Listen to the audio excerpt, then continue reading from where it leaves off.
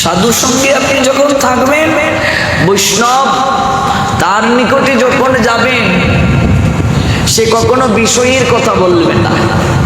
কোনো সাধু মুখে যদি বিষয়ের কথা শুনো, যে আপনার ব্যবসা কেমন চলছে, আপনি মাসে কত টাকা ইনকাম করেন, বুঝবে তিনি প্রকৃত সাধু নন, বৈষ্ণব নন, গুরুদেব নন। প্রকৃত গুরু এসে সর্বপ্রথম বলবে, বাবারে তোর ভজন কেমন চলছে, বাবারে তোর হরিনাম ঠিক মতো হয় কি।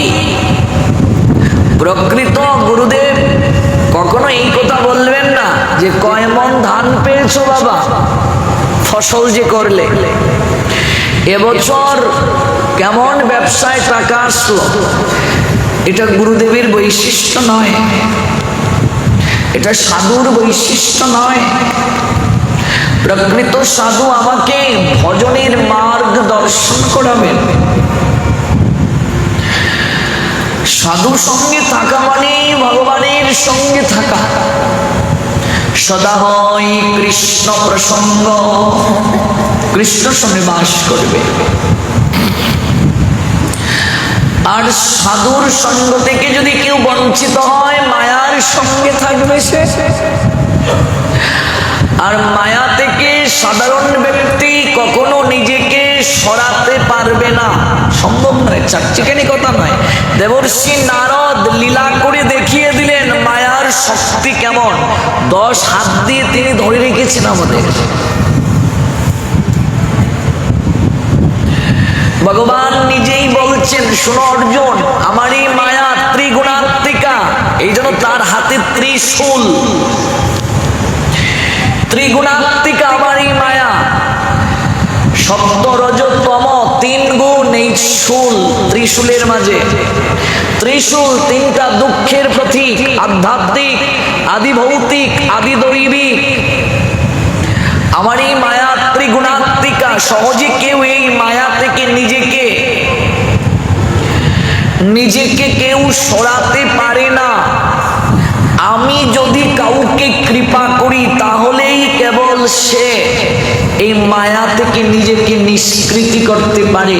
মায়া মেতাম তরন্তিতে ভগবান বলছেন।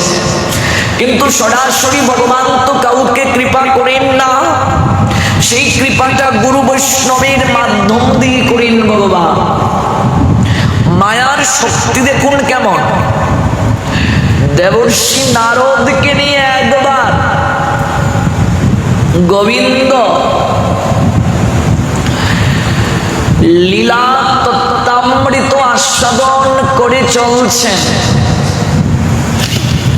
চলতে চলতে এমন একটি জায়গায় গিয়ে উপনীত হলেন, সেখানে কেবল বালুকা রাশি, মরুভূমি। শ্রী গোবিন্দ নারদকে বলছেন, দেবর্ষি আমার প্রচন্ড পিপাসা পেয়েছে, আমি খুবই কাতর পিপাসায়, তুমি আমার জন্য একটু জল নিয়ে আসো, জলের ব্যবস্থা করো। প্রভু পিপাসায় কাতর। ভক্তি ধর্মের যিনি প্রধান দেবর্ষি নারদ, যার হাতে বিনাই নটি তার নববিধা ভক্তির গুণকীর্তন তিনি সতত করেন, যিনি কখনো এক জায়গায় অবস্থান করেন না মায়া গ্রাস করবে বলে,